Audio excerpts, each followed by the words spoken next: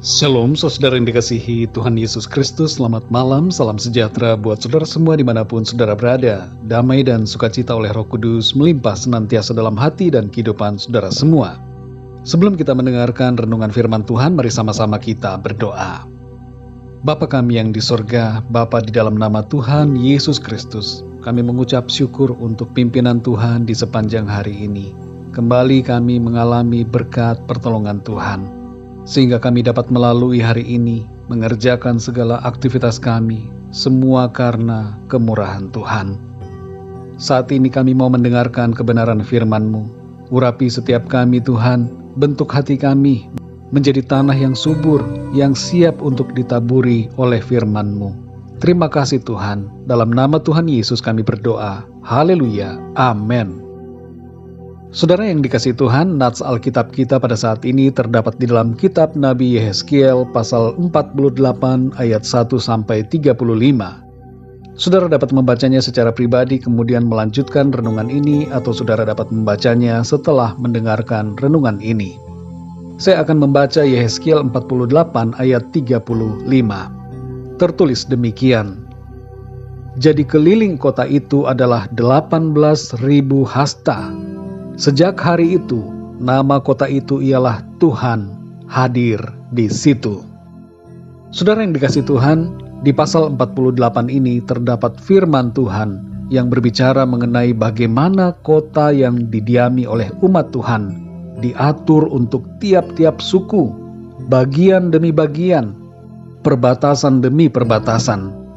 Dan dalam suatu bagian di kota ini, terdapat suatu wilayah yang dikhususkan sebagai persembahan untuk Tuhan. Tempat ini diberikan kepada para imam dan suku Lewi yang melayani Tuhan, dan juga dikhususkan untuk bait suci. Pengaturan wilayah ini menunjukkan bahwa Tuhan menghendaki agar umatnya mengingat akan Tuhan dalam praktek kehidupan mereka sehari-hari. Sehingga dengan demikian, nama kota itu disebutkan dengan Tuhan hadir di situ, atau Adonai Syamah. Saudara yang dikasihi Tuhan, pertanyaan buat kita masing-masing. Dalam kehidupan kita ini, apakah kita sudah memberikan tempat bagi Tuhan? Apakah kita memberikan tempat bagi Tuhan dalam usaha dan pekerjaan kita? Dalam studi kita, dalam pergaulan, dalam rumah tangga, dan dalam segala aspek kehidupan kita? Mari kita renungkan dengan baik, saudara. Sudahkah kita menyediakan tempat yang khusus bagi Tuhan? Ataukah kita membiarkan Tuhan berdiri di luar kehidupan kita? Makna dan pesan dari ayat-ayat dalam perikop ini bagi kita adalah: yang pertama, berikan tempat bagi Tuhan dalam kehidupan kita. Dalam Wahyu 3 ayat yang ke-20 tertulis, "Lihat, aku berdiri di muka pintu dan mengetok. Jikalau ada orang yang mendengar suaraku dan membukakan pintu, aku akan masuk mendapatkannya, dan aku makan bersama-sama dengan dia, dan ia bersama-sama dengan aku." Jangan biarkan Tuhan berada di luar kehidupan kita, saudara. Persilahkan Tuhan masuk dan menguasai hati dan kehidupan kita.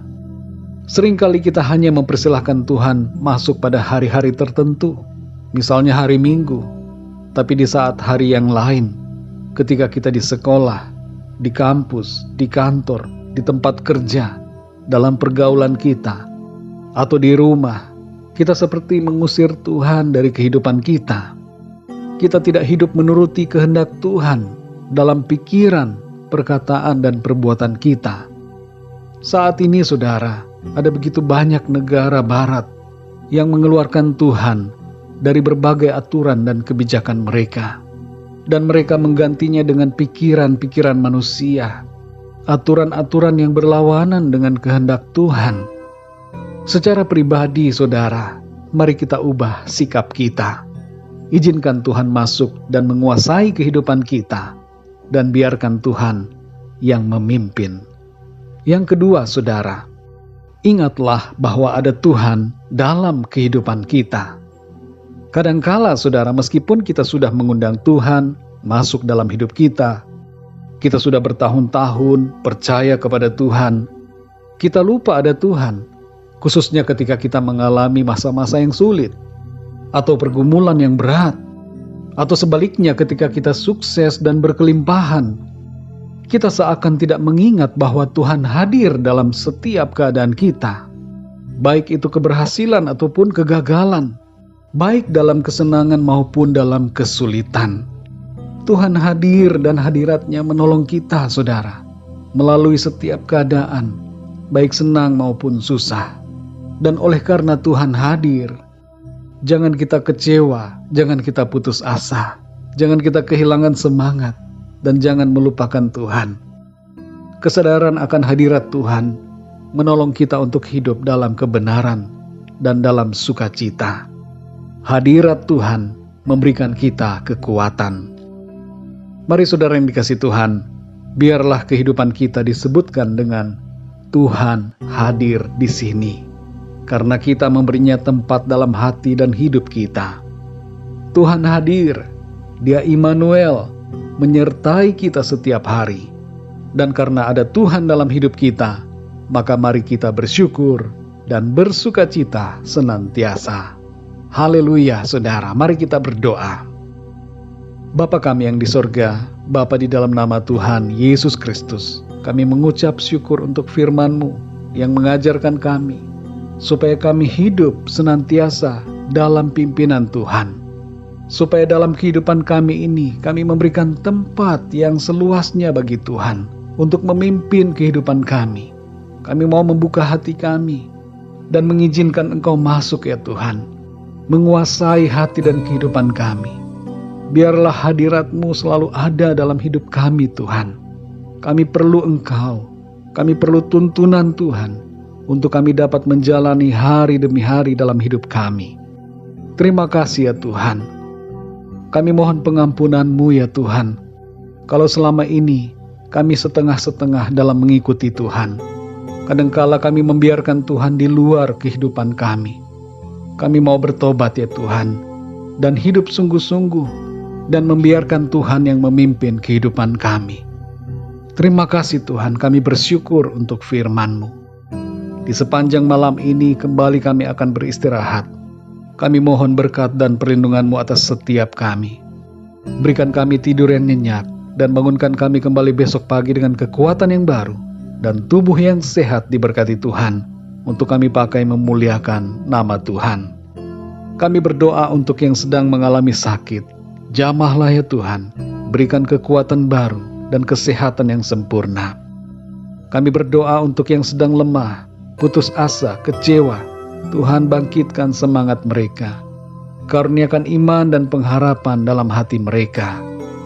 Dan bagi yang sedang mengalami masalah dan pergumulan dalam hidupnya, kami berdoa agar Tuhan, Engkau memberikan jalan keluar, pertolongan-Mu yang ajaib bagi setiap mereka. Terima kasih ya Tuhan. Kami serahkan segala sesuatunya ke dalam tangan kasih-Mu. Kami percaya Tuhan, berkat dan damai sejahtera, kasih karunia Tuhan melimpah dalam hidup kami. Dalam nama Tuhan Yesus Kristus, Tuhan dan Juru Selamat kami berdoa dan mengucap syukur. Haleluya. Amin. Puji Tuhan, saudara yang dikasihi Tuhan, saya percaya firman Tuhan menjadi berkat dan kekuatan buat saudara semua. Dan Roh Kudus akan menolong saudara untuk lebih lagi memahami kebenaran firman Tuhan. Tuhan Yesus memberkati saudara semua. Selamat malam, selamat beristirahat, dan sampai jumpa dalam renungan yang berikutnya. Haleluya.